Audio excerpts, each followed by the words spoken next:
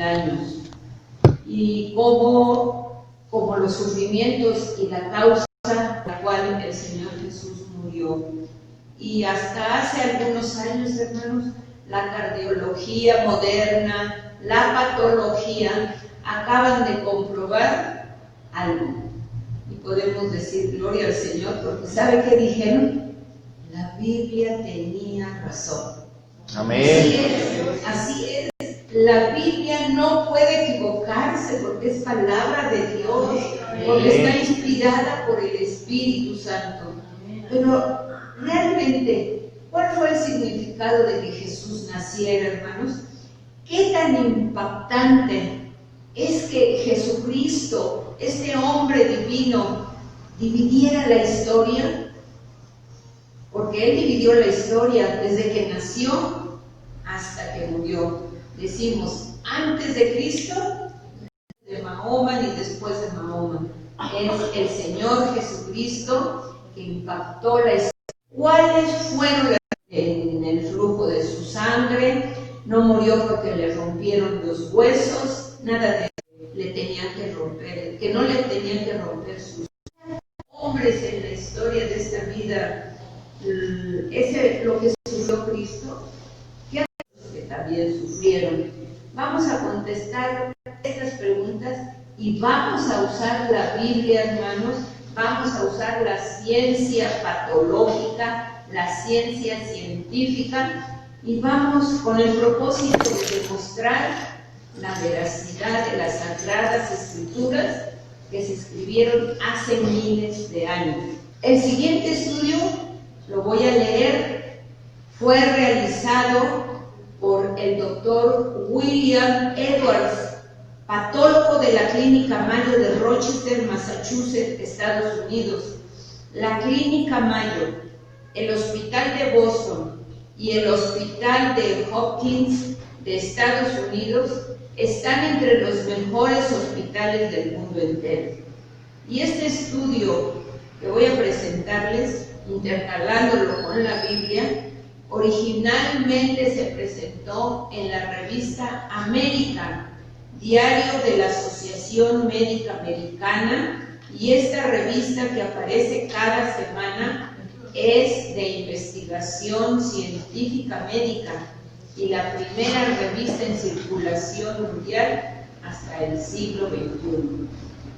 Vamos a adentrarnos con lo que el doctor William Edwards, junto con sus compañeros de la Clínica Mayo, descubrieron en la muerte los sufrimientos del Hijo de Dios. Vamos a ver. Empezaremos con decir que el Señor Jesús, antes de ser crucificado, casi al anochecer, casi al amanecer, Él antes de ser capturado, llegó con sus discípulos a orar, porque su alma, dice la Biblia, estaba angustiada hasta la muerte. Fíjese, fue un sufrimiento del Señor Jesús. Dice el Evangelio, en Mateo 26, 36, el registro en el huerto de Getsemaní. Y dice así: entonces llegó Jesús con ellos a los discípulos. Entonces llevó Jesús con ellos a un lugar que se llama Getsemaní y dijo a sus discípulos: sentaos aquí, entre tanto que voy a ir y oro. Este lugar se llama Getsemaní porque era un lugar que Getsemaní quiere decir aceite prensado. Es un lugar donde apretaban las aceitunas para sacar el aceite. Entonces se llama Getsemaní porque eso quiere decir. Bueno, leemos del 37 al 39.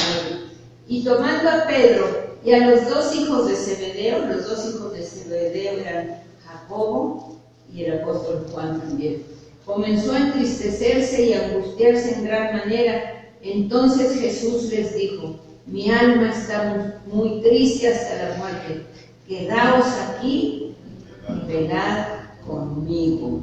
Bueno, Lucas 22, 44, Lucas 22, 44 nos dice, bueno, en tanto que voy ahí y oro porque mi alma está angustiada, ¿verdad? Así dijo el Señor. Lucas 22, 44 nos dice, y estando en agonía, oraba más intensamente, y era su sudor como grandes gotas de sangre que caían hasta la tierra. Cuando se levantó de la oración y vino a sus discípulos, los halló durmiendo a causa de la tristeza. Y les dijo, ¿por qué dormís? Levantaos y orad para que no entréis en tentación. De acuerdo a la ciencia médica, la Biblia enseña que este sudor que Cristo transpiró a través de sus capilares cutáneos del cutis se llama científicamente hematodrosis. Hemato es sangre y drosis quiere decir sudor. Entonces, quiere decir esta palabra hematodrosis, sudor con sangre, sudor sanguinoliento. Bueno, y esto suele ocurrir, de acuerdo a los médicos, cuando existe un estado emocional pero tan elevado que la hemorragia de las glándulas sudoríparas ocasionen que la piel quede totalmente frágil. Fíjense, ya la piel queda muy expuesta, probablemente la pérdida sanguínea en el huerto de Getsemaní. Sin embargo, esta fragilidad cutánea resultante ocasionó más tarde una gran pérdida de sangre después de que comenzaron a soltar su espalda. Este fue el inicio solamente. Siempre los mismos teólogos, los mismos científicos se han preguntado si esta hematodrosis de sudar sangre, ¿por qué Cristo le dice al Padre, si es posible de mí, pase esta copa? Se han preguntado, ellos dicen, si Jesús tenía miedo a la muerte, si Jesús tenía miedo a los clavos, si Jesús tenía miedo que le hicieran lo azotaran con latigazos, porque el latigazo que usaban los romanos era un látigo que medía de 3 a 4 metros y tenía cada punta 5 colitas. ¿Qué era lo que angustió a Jesús en su humanidad? Acuérdense que Jesús tenía dos naturalezas, la humana y la divina. ¿Qué angustió a Jesús en su humanidad que lo llevó a transpirar sangre? ¿Qué fue la opresión sobrenatural, asombrosa sobre su cuerpo, que hizo que la corriente sanguínea saliera a través de su piel?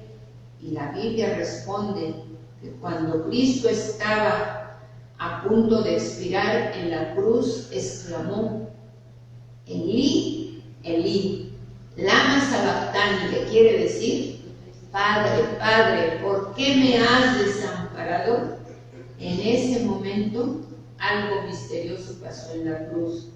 Dios es el que se separa de su Hijo cuando el pecado de todos nosotros fue puesto sobre su cuerpo.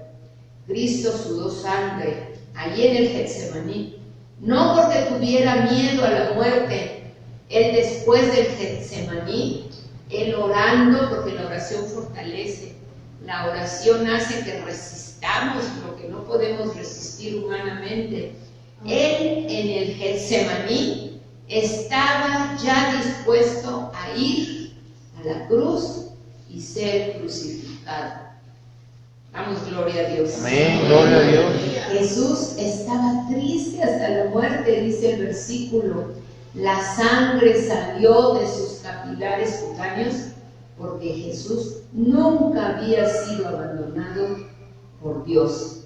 La Biblia dice que la paga del pecado es muerte, y el alma que pecare, esa morirá. y en la cruz nuestros pecados iban a ser puestos en el Hijo de Dios. Y gracias a eso, hermanos, estamos aquí. Estamos aquí sabiendo que Él está aquí en medio de nosotros. Que el Espíritu Santo lleva, porque nuestros pecados fueron perdonados, porque nuestra vida... estaba yo viendo la palabra gentil, los gentiles, dice la Biblia, ¿verdad? Los gentiles, y porque están los judíos y los gentiles. Y les pregunto a ustedes, ¿saben qué quiere decir gentil? No de amable, no, o por raza, por creencia, somos gentiles, ¿verdad? Bueno, gentil quiere decir idólatra pagano. Así nos dice la Biblia, si cuando no conocemos a Cristo, idólatra pagano. Y eso éramos antes de que Cristo nos perdonara, eso éramos. Yo no conocí la religión católica, pero muchos sí. ¿Y qué eran? Idólatras paganos. Pero por la sangre de Cristo, por esa cruz que padeció en la cruz, somos hijos de Dios, cristianos. Bueno, entonces, gracias a Dios que Él nos ha salvado. En ese momento que Cristo estaba sufriendo, porque Dios no habita, como dije, en las tinieblas, porque Él es luz, y en ese momento las tinieblas cubrieron la tierra. Jesús dijo anteriormente que era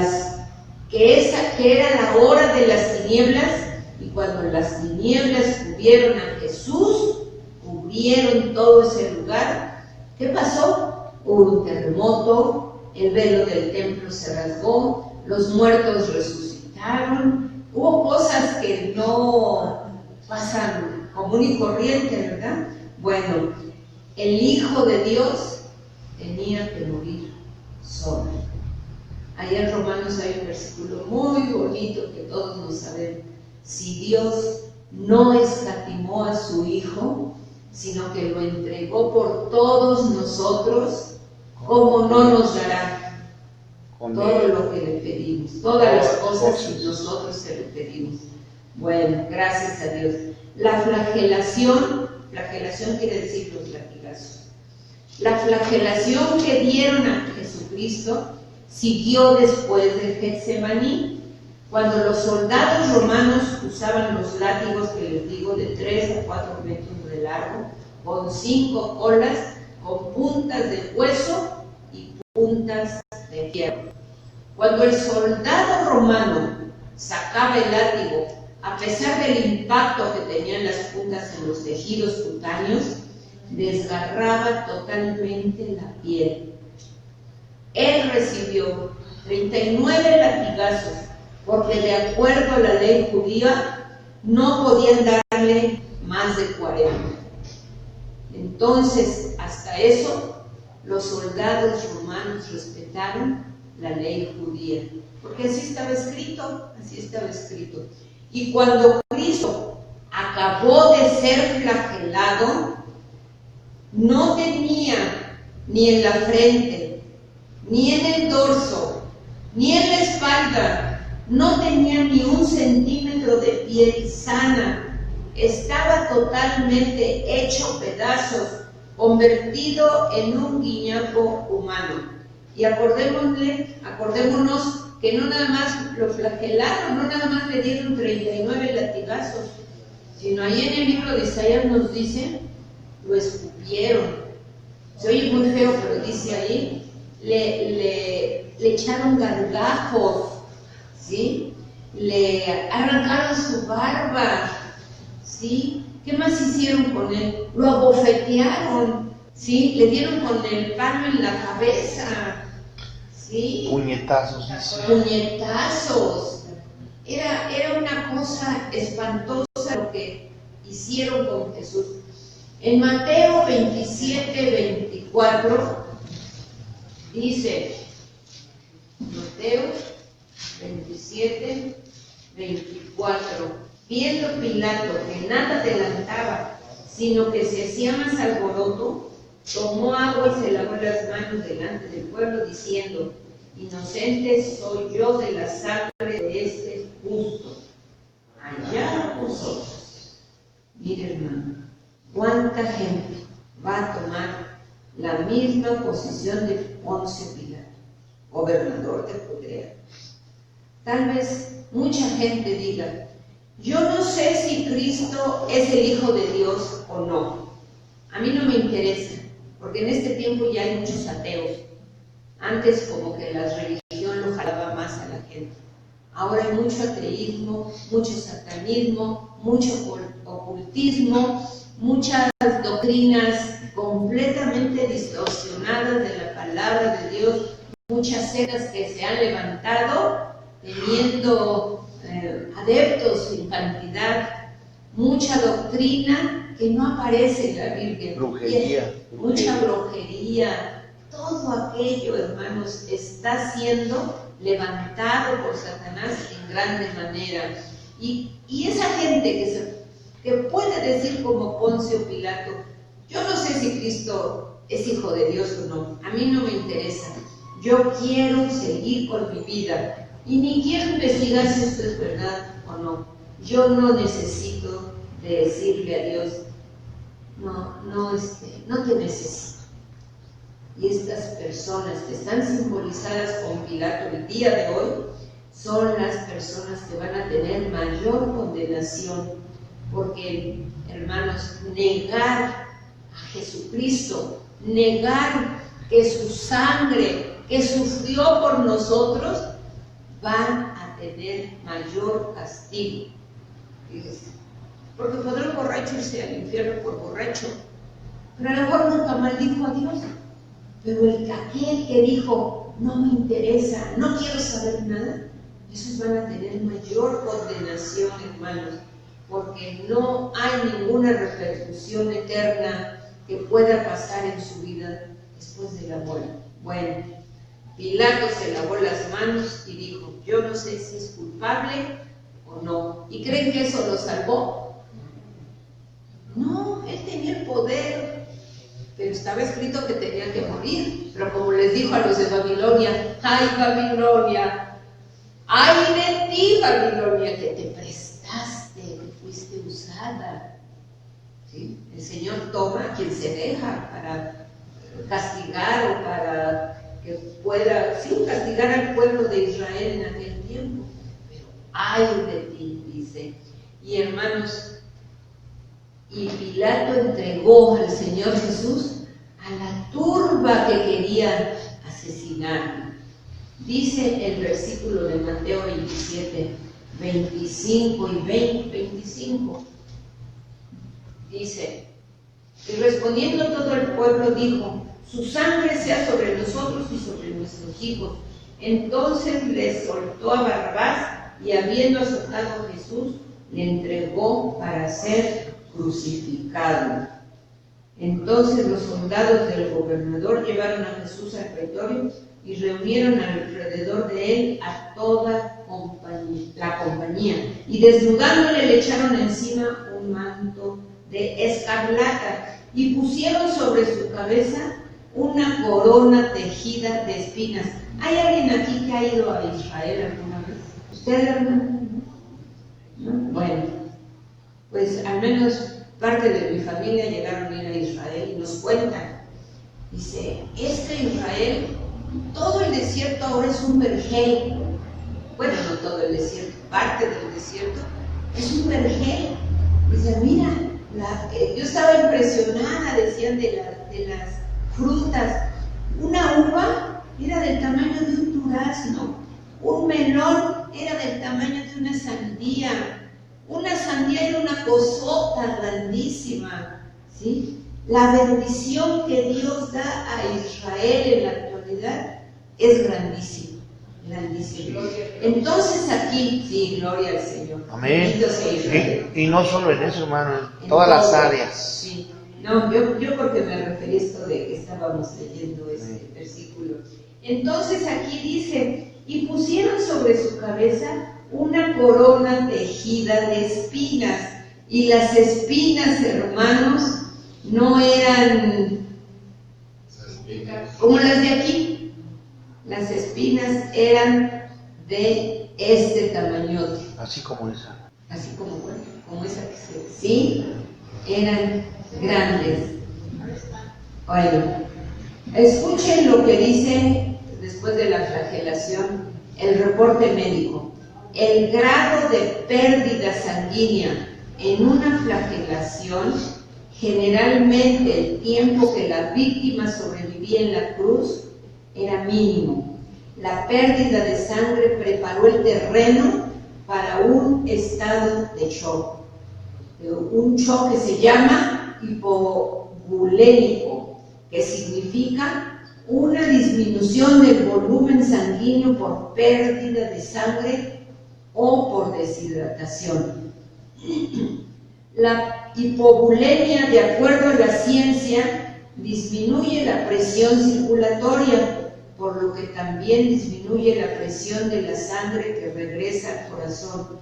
Esto disminuye la cantidad de sangre que sale del corazón y por eso se le llama que Cristo estaba entrando después que lo flagelaron en un estado de shock hipovolémico.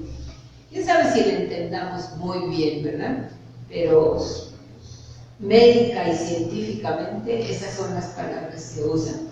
El sistema circulatorio, de acuerdo a la ciencia médica, se puede recuperar, mientras el cuadro de hemorragia o la pérdida de sangre no pase de cierta cifra, pero una vez cruzando esta cifra, basta unos pocos mililitros de sangre para establecer la diferencia entre la vida y la muerte. El caso de Cristo no se considera de hipovolemia como resultado de su muerte. Cristo no murió por desangramiento. Jesús fue debilitado por los 39 latigazos que la Biblia dice en Mateo 27, 32. Cuando salían, hallaron a un hombre de Cirene que se llamaba Simón. A este obligaron a que llevase la cruz. Cuando iba cargando la cruz, Cristo ya no pudo llevarla más. Ya no pudo, aunque quisiera. Del pretorio romano, con Poncio Pilato, hasta el Calvario, existía una distancia más o menos de 900 metros, casi 1 kilómetro. Cristo en Getsemaní perdió sangre cuando lo golpearon en la cara, en la espalda, los látigos 39 veces. Ya no pudo cargar más la cruz, por lo que lo ayudaron a cargar aún la cruz hasta el monte Calvario.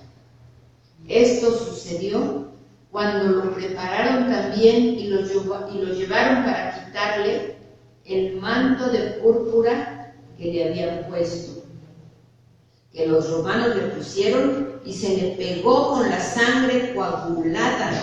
Y al llegar al monte Calvario, los romanos, que eran expertos en torturar y que eran crueles y que eran sanguinarios, le arrancaron el manto de púrpura así con agresividad, y con eso le arrancaron todos aquellos pellejos y piel que le quedaba en la coagulación. Y en el tiempo que Cristo tardó en llegar a la cruz del Calvario, las heridas en la espalda fueron totalmente desprendidas y abiertas cuando fue arrancada totalmente su piel por la sangre que tenía coagulada. Y vemos Mateo 27, 27 y 28. Entonces los soldados del gobernador llevaron a Jesús al pretorio y reunieron alrededor de él a toda la compañía, y desnudándole le echaron encima un manto de escarlata. El versículo 29, y pusieron sobre su cabeza una corona tejida de espinas filosísimas que penetraron más de 1 pulgada hasta llegar al cráneo. No eran como las espinas que aquí se da. ¿Cómo se llama esta planta? Sí, es una de espinas. Corona de espinas, ¿verdad? Sí se llama. Corona de Cristo, sí. Y son espinas más o menos, sí, son chiquitas, pero las de allá eran grandes, grandes, hasta llegar al cráneo, hasta llegar a su frente y su cabeza, y una caña tejida en su mano derecha. Burla, ¿verdad? Una caña en su mano derecha. Tú eres el rey de los judíos. Ja, ja, ja. Ten tu cetro. Y le dieron una caña. E hincando la rodilla delante de él, escarnecían diciendo: salve, rey de los judíos. Tremendo, hermanos, tremendo. Y el 30, y escupiéndole tomaban la caña y le golpeaban en la cabeza. Lo descalabraron, porque yo no creo que le hayan golpeado con una varita. Yo no creo que le hayan golpeado con un palo una vez. No, lo descalabraron seguramente. Cristo, ¿mandé? Con los palos les clavaban más las espinas, ¿sí? Cristo sufrió heridas, descalabrada su cabeza coronada por las espinas, hecho un guiñapo humano, y además en el momento que lo acostaron sobre la cruz, porque primero pusieron la cruz acostada, ¿verdad? Su espalda comenzó a pegar con la madera, y entonces levantaron la cruz que tenía aproximadamente 1 metro de profundidad, el hoyo donde la cruz era encajada, y al soltar la cruz en el suelo, el cuerpo de la víctima caía, se venía para abajo tantito, ¿verdad? Y se rasgaban totalmente los clavos que le habían puesto en las manos y en los pies. ¿Qué dice la ciencia acerca de la crucifixión? ¿Dónde fueron puestos los clavos? Cuando dice en la mano de Cristo, regularmente se piensa que fueron aquí, porque así lo presenta la iglesia romana, ¿verdad? Aquí no se puede, se hubiera rasgado con facilidad. Pero de acuerdo a la ciencia médica, eso era imposible. Los clavos los pusieron exactamente en las muñecas, porque la muñeca abarca parte de la mano. Aquí fue. Dice la ciencia, los brazos de un crucificado no eran totalmente estirados como lo ponen así, no, porque los clavos eran puestos entre los huesos del radio y los huesos del carpo, aunque no producían fractura. El daño al periosto, membrana que cubre los huesos, era dolorosísima. Seguramente los clavos también penetraron el nervio mediano, lo cual debió haberle ocasionado a Jesús espasmos intensísimos de dolor en ambos brazos, mientras él estaba recibiendo los clavos con el martillo que hería sus brazos. Mira, hermano, estaba limpiando mi estufa hace 2 días y le quería quitar con fuerza, haciéndole así con una fibra. Quedó mi estufa limpiecita, pero ¿sabe cómo quedó mi dedo? Se me abrió, la misma fibra me cortó. Y desde hace 2 días traigo aquí. Y nada más, ¿qué es eso? 1 centímetro, quizá medio centímetro. Y me duele un resto. Me duele mucho. Sí. Imagínense el Señor Jesús.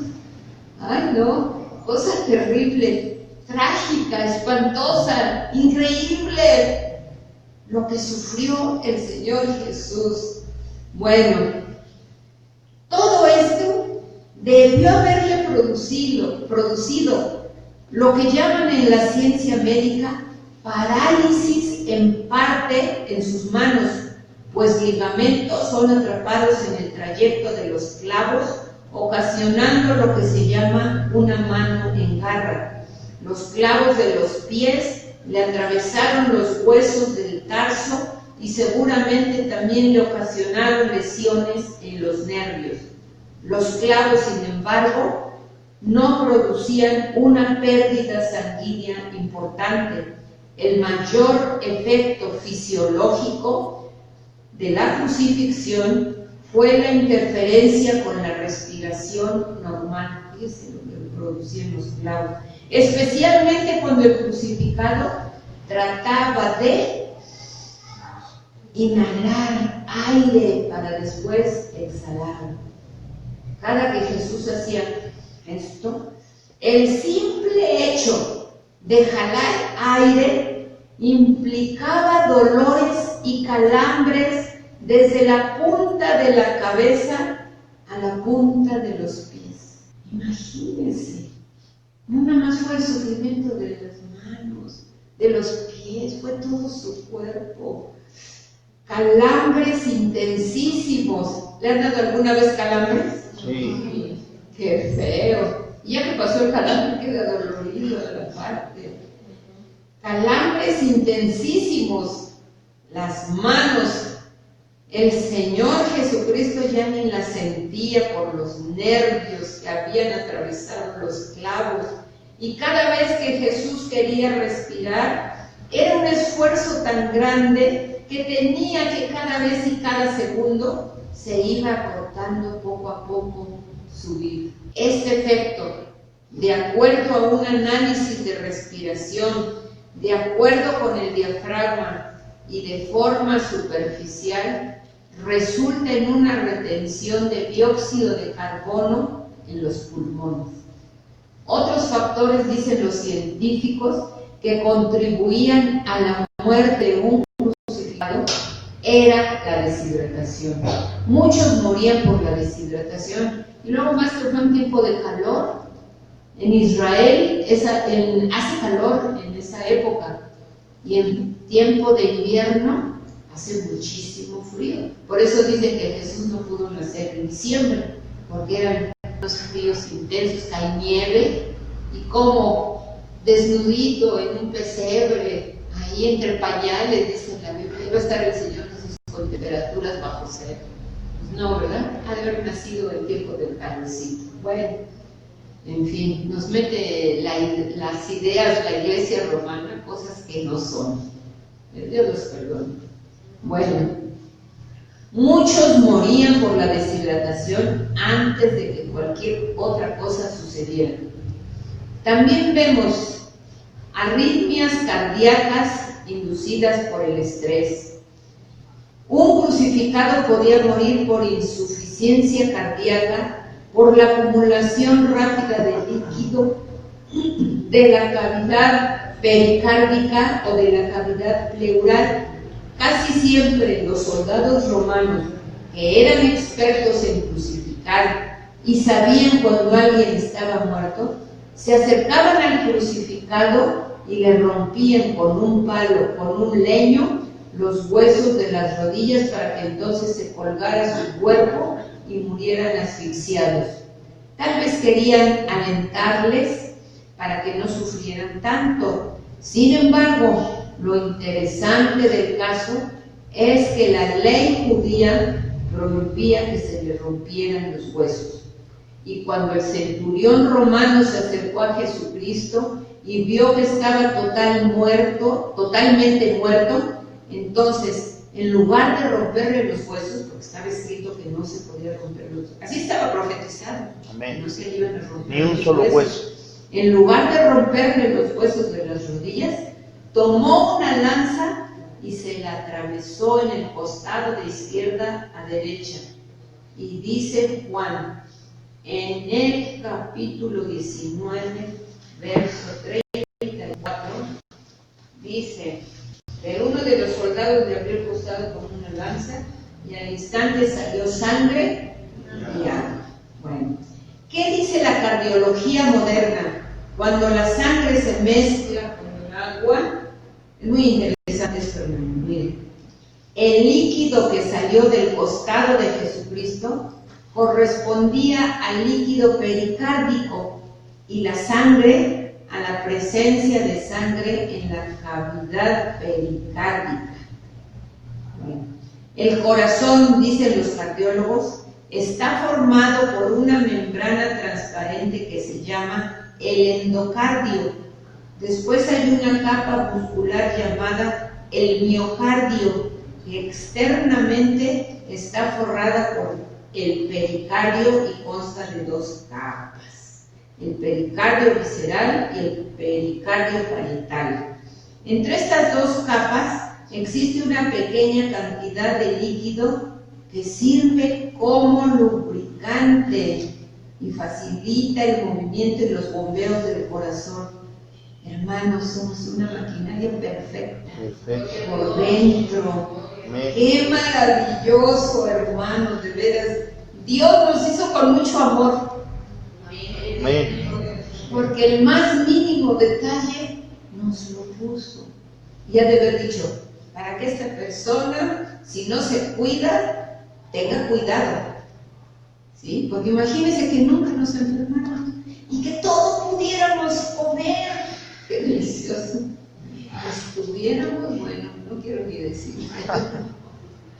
Pero el Señor sabía lo que hacía con cada penita. Mire, yo cuando parto un pollo y estoy ahí para cocinarlo, hay en el pollo unos huesitos de ese tamañito. Y yo dije, se ha de haber roto el pollito, el huesito, y salió ese pedacito. No, todos los pollos traen huesitos así. El pescuecito, no le gusta chupar el pescuecito, ¿sí, verdad? ¿Cuántas cositas chiquititas tiene? No, el Señor de veras es sabio, y nos hizo con amor a los animales y a nosotros con más amor. Bueno, este espacio entre las dos capas se llama cavidad pericárdica. Todas las condiciones fisiológicas que acabamos de mencionar pudieron producir pequeños coágulos en las válvulas del corazón, pero no sucedió esto. Y además pudieron también ocluir, no sé qué sea ocluir, bueno, tapar, y además pudieron también tapar la circulación coronaria y ocasionar un infarto.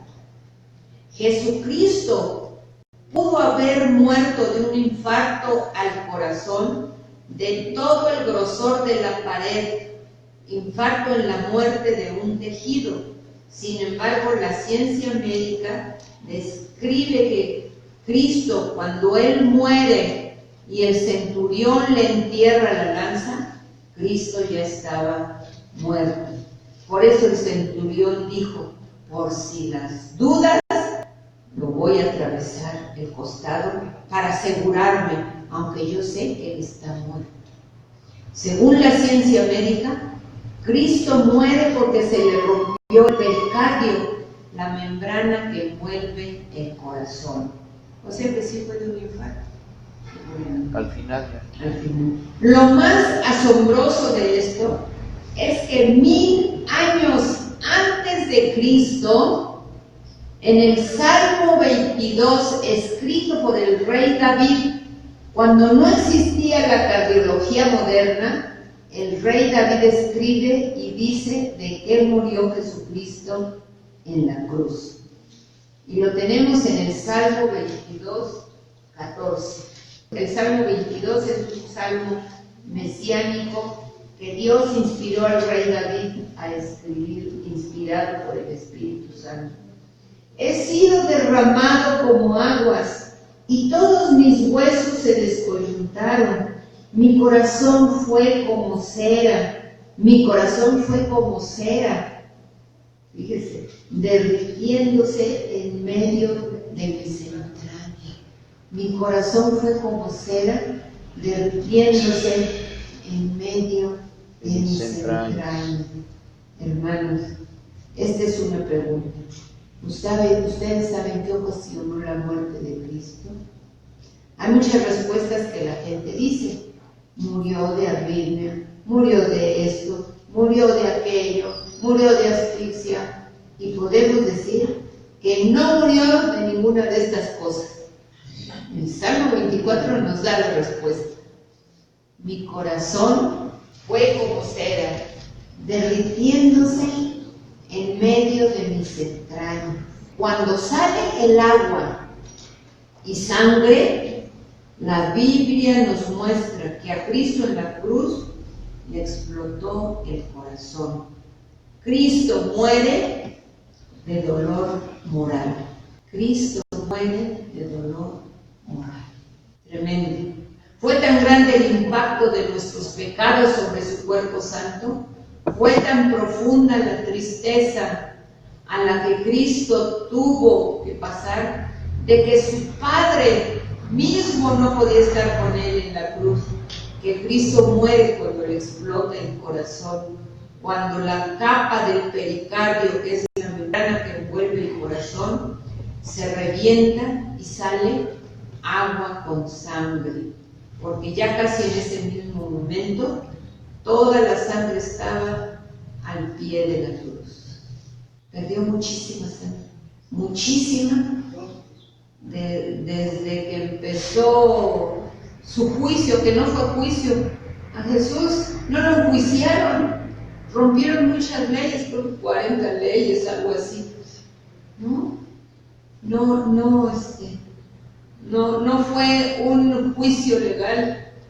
Bueno, hermanos, su sangre había derramado, esa sangre que dio su vida por nosotros, porque en la Biblia dice que la vida, ¿dónde está?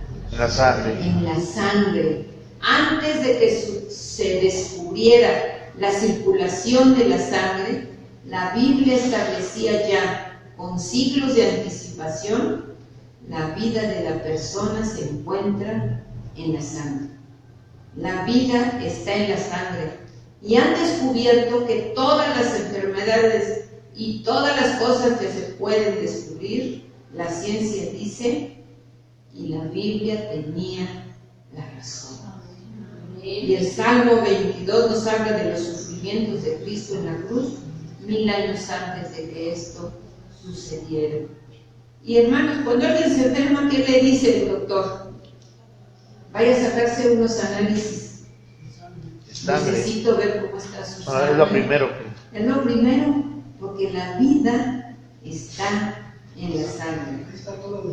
Sí.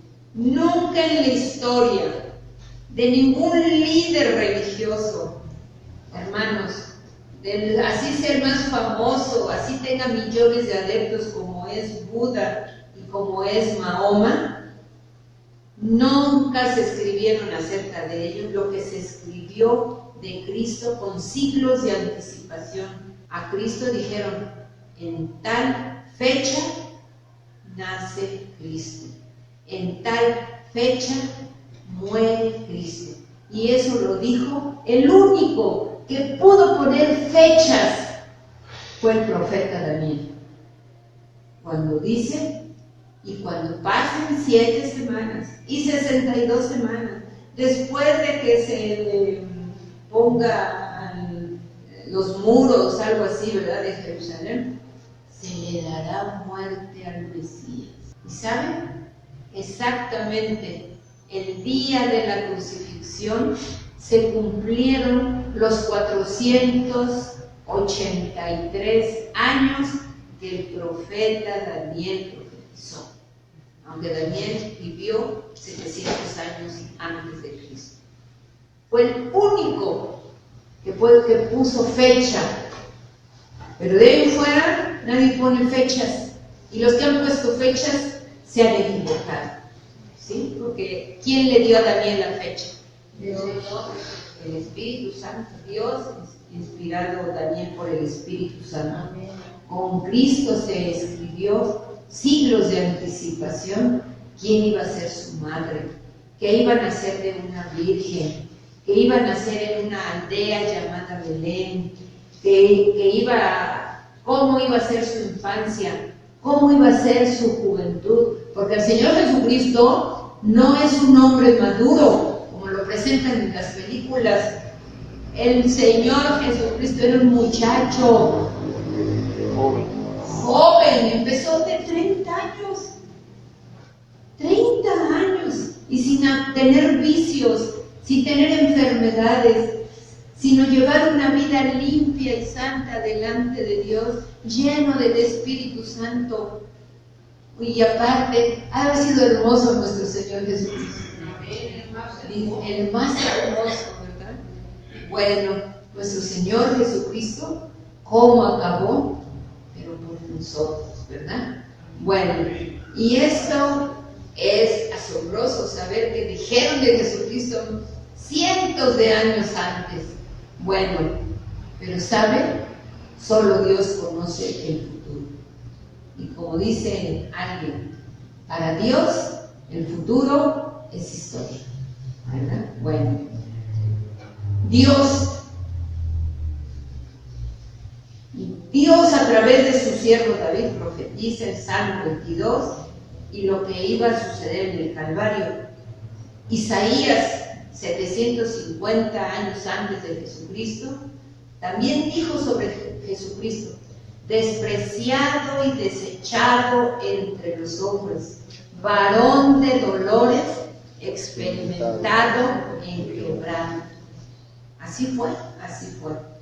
El creador del universo, el sustentador de todas las cosas, de los átomos, de todas las fuerzas atómicas, de la gravedad, del universo, de las estrellas más lejanas, el juez, el rey de reyes y señor de señores, escoge nacer en un pesebre, sin sábanas, sin enfermeras, sin anestesiólogos, sin los ginecólogos, sin ninguna asistencia médica, hermanos.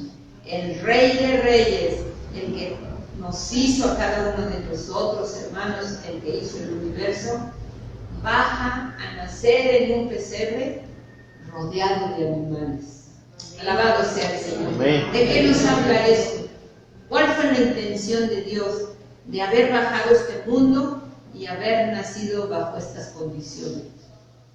Nos enseñó el Señor Jesucristo a vivir en humildad. Por eso su palabra dice que Dios resiste a los soberbios y da gracia a los humildes. ¿A qué grado llegó el Señor Jesucristo que se tuvo que hincar y lavarle los pies a sus discípulos? Yo no sé, yo una vez fui a una iglesia, hermanos, les voy a contar una anécdota que me pasó tremendo, donde nos invitaron a ir a un culto, allá por el Ajusco, hace como 30 años, algo así. Y fuimos, y resulta que esa noche iban a lavarse los pies todos los congregantes. Y tenían un chorral de ¿cómo se llama? Lebrillos, ¿cómo se llama? Sí. Y agua caliente y toda la cosa. Bueno, entonces nos invitan a nosotros que también participáramos. Y entonces,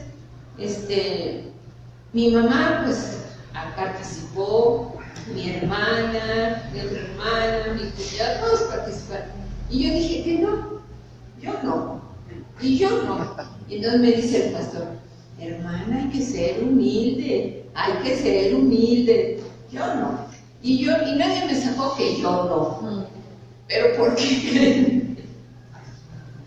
Porque yo traía botas y traía toda mi media rota. Y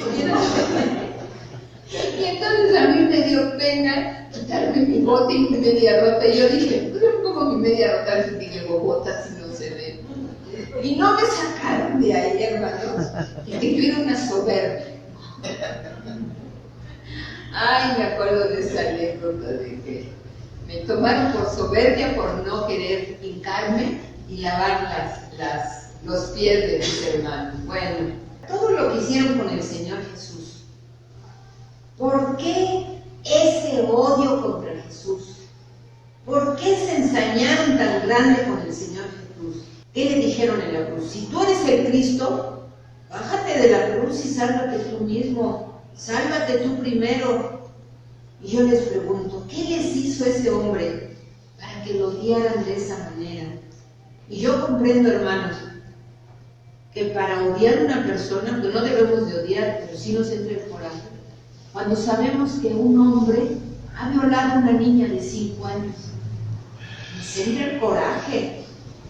Y podemos decir malvado, le podemos decir muchos adjetivos, pero al Señor Jesús, mire hermanos, Él ni fue marihuana, ni fue traficante, ni nunca fue mentiroso, que siempre anduvo haciendo el bien, pero el odio del mundo se vuelve contra él.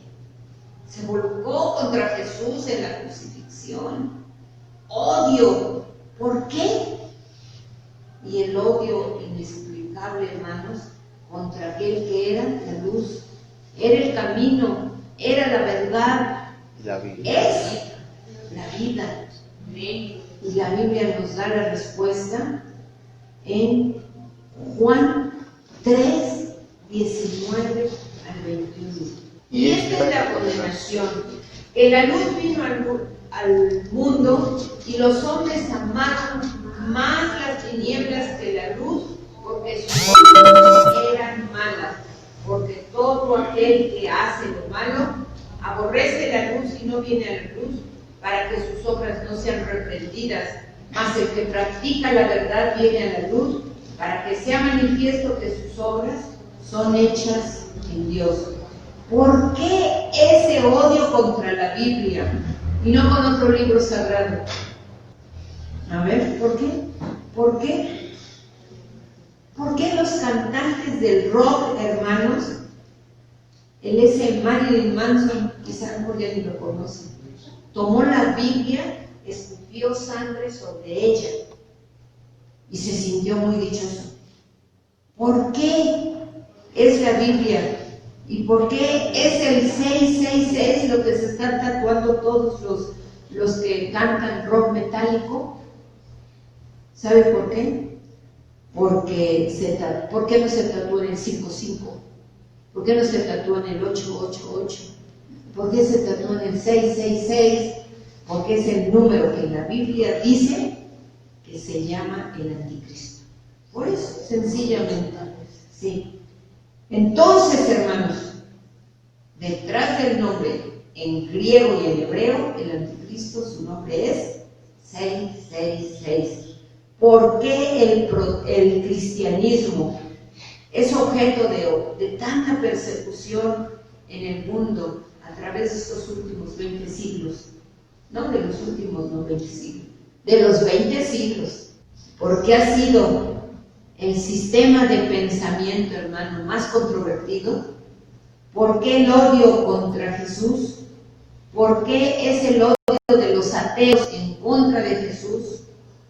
¿Sabe por qué? Porque es el Dios de la Biblia. Sencillamente por eso. La Biblia siempre será atacada, porque Dios, si a Jesucristo hicieron con eso que ya leímos, ¿qué no harán contra nosotros, hermano? Desde que Jesús murió, hubo persecución en el cristianismo. ¿Y por qué no contra los de Mahoma, contra los de Buda, que son las religiones más grandes, aparte del cristianismo? Hermanos, porque la Biblia es el único libro que contiene las verdades absolutas, hermanos. Verdades que dan paz, verdades que dan seguridad, verdades que dan esperanza, verdades que sacian nuestra alma. Por eso sí, hermanas, sí, es el único libro entre los billones de libros, de volúmenes de literatura que dicen la verdad sobre ustedes, sobre nosotros, y es el único libro que nos desnuda y nos exhibe tal y como somos delante de Dios. Dice que la Biblia es como un espejo, ¿verdad? Y es el único libro que nos exhibe delante de Dios. La Biblia nos dice que aunque creamos que la religión nos salva y que somos buenos por naturaleza, la Biblia dice que nuestro estado interno es de corrupción, que hemos heredado el veneno genéticamente de nuestros padres Adán y Eva, y se ha transmitido genéticamente, espiritualmente, hasta nuestros días. ¿Y sabe? La Biblia le llama a eso pecado. Shakespeare la llamaba el defecto trágico. El defecto, un pecado es un defecto. El pecado nos lleva a la muerte. Todos atribuyen a algo el problema de la maldad humana. La Biblia le llama pecado. Y por este pecado es la causa que Cristo murió y sufrió en una cruz, para pagar por los pecados de todos nosotros, el justo por los injustos, porque nosotros no podemos pagar por nuestros propios pecados. Alguien tenía que perdonarnos, porque al que ofendimos fue a Dios. Dios tenía que morir por nosotros en su humanidad de hombre. La gente se pregunta, ¿Jesucristo es Dios? ¿Es Dios Jesucristo? Sí, amén. Sí. Los testigos de Satanás dicen que no, ¿verdad? Entonces dicen, ¿cómo pudo Dios morir? Si Cristo es Dios, ¿cómo murió? No cabe duda que es por falta de información. Porque Jesús, como dije hace rato, tuvo dos naturalezas. La humana porque se hizo hombre como nosotros. Y la divina porque bajó Dios en forma de hombre. Amén. Cristo muere en la cruz y su naturaleza humana muere. Pero Cristo muere en la cruz y su naturaleza divina, a través del Espíritu Santo, resucita y vive hasta el día de hoy y por toda la eternidad. Por lo cual nuestro Señor Jesucristo no está muerto. Por eso no lo tenemos en una imagen. No lo tenemos ahí clavado, crucificado. Y si esa imagen se rompe, ¿qué queda? Nada. Eso es ilógico, ilogiquísimo. Tengo ahí una estatuilla, se me cae y se rompió. ¡Ay, mi Cristo! No, de veras que Él vive en el cielo e intercede por nosotros ante el Padre, y Él vive en el corazón al que lo acepta como su Salvador. Cristo nunca dejó de ser divino ni Dios. Él solamente se despojó de aquello y en su momento volvió al lugar que le corresponde. Y la Biblia nos muestra en Isaías 53 todo lo que Cristo sufrió en el Calvario. Y dice en el versículo 3 al 7 de Isaías, dice: despreciado y desechado entre los hombres, díganlo, varón de dolores. ¿Ya está puesto?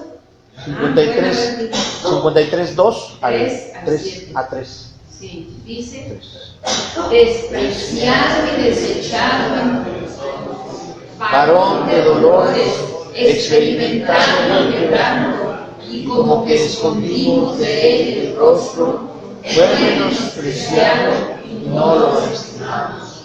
Ciertamente llevó él nuestras enfermedades y nosotros le tuvimos por azotado.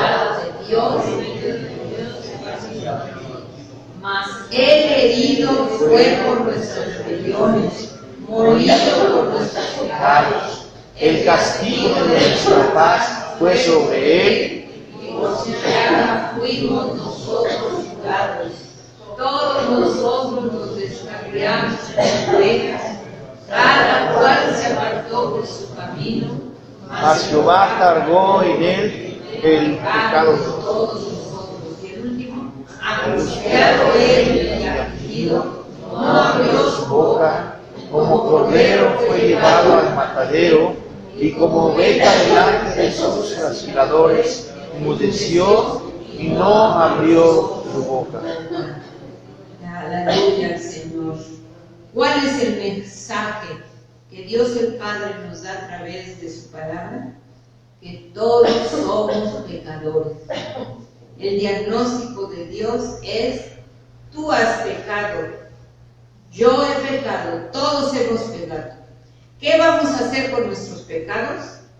No podemos, hermanos, ir de rodillas para pagar por ellos. Yo insisto, la iglesia tradicional ha enseñado cosas horribles de las cuales la mayoría ha salido de ahí.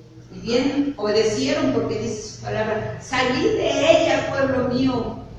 Y salieron muchos de los que están aquí. No podemos pertenecer a cierta religión para pagar por nuestros pecados, hermano. La Biblia dice, sin derramamiento de sangre no hay perdón de pecados, porque Dios escogió la manera de irnos al cielo, no nosotros, aunque la gente, como decían en el tiempo de Martín Lutero, cobraban por la salvación. Eche su monedita en este baúl y antes de que llegue al fondo, su pariente al que usted ama sale del purgatorio y es libre para ir al cielo. Mentira, todo el romanismo es satánico. El hombre, al desconocer la forma y el plan de Dios para ser salvos, hermanos, ¿qué han hecho? Han inventado religiones, han inventado formas para ser salvos. Rituales, creencias, tantas cosas. Usted pregúntele a la gente por qué se recibe. No sé por qué se recibe, pero le hacen así. Y no le saben decir. Hacen muchas cosas y no saben. Pero nosotros sabemos que el único modo de ir al cielo con el Señor y vivir para siempre con Él es que Él nos perdona nuestros pecados por el sacrificio que hizo en la cruz. Y hermanos, después de lo que leímos, creo que ese sacrificio lo valoramos más. Amén. El sufrimiento que Cristo tuvo fue demasiado trágico, demasiado perverso, ¿verdad? ¿Quién mató al Señor Jesucristo? Nosotros, pecadores, nosotros. Bueno, ese es el mensaje que Jesús nos da. Yo pagué por ti, por tus pecados. Yo sufrí por tus pecados. No tenemos que hacer nada. Y el Señor nos dice, yo padecí en tu lugar, en la cruz del Calvario. Y recibos. Y si le recibes como Salvador y Señor, la Biblia dice que Dios nos perdona. Su misericordia nos perdona. Y hermanos, el Señor Jesús no tarda en venir pronto por su iglesia. Y ahí nos vamos a ir con Él. Ahí nos vamos a saludar. Y un día nos vamos a estrechar y decir, hermano, hermana, triunfamos. Triunfamos, estoy aquí en el cielo con Jesús. Hermanos, qué hermoso va a ser allá donde no hay tristeza, ni llanto, ni dolor, ni muerte, nada. Amén. Alabado sea el Señor. Amén. Vamos a orar, hermanos, y darle gracias a Dios por ese sacrificio que hizo nuestro Señor en la cruz. Hermanos, invito a pasar.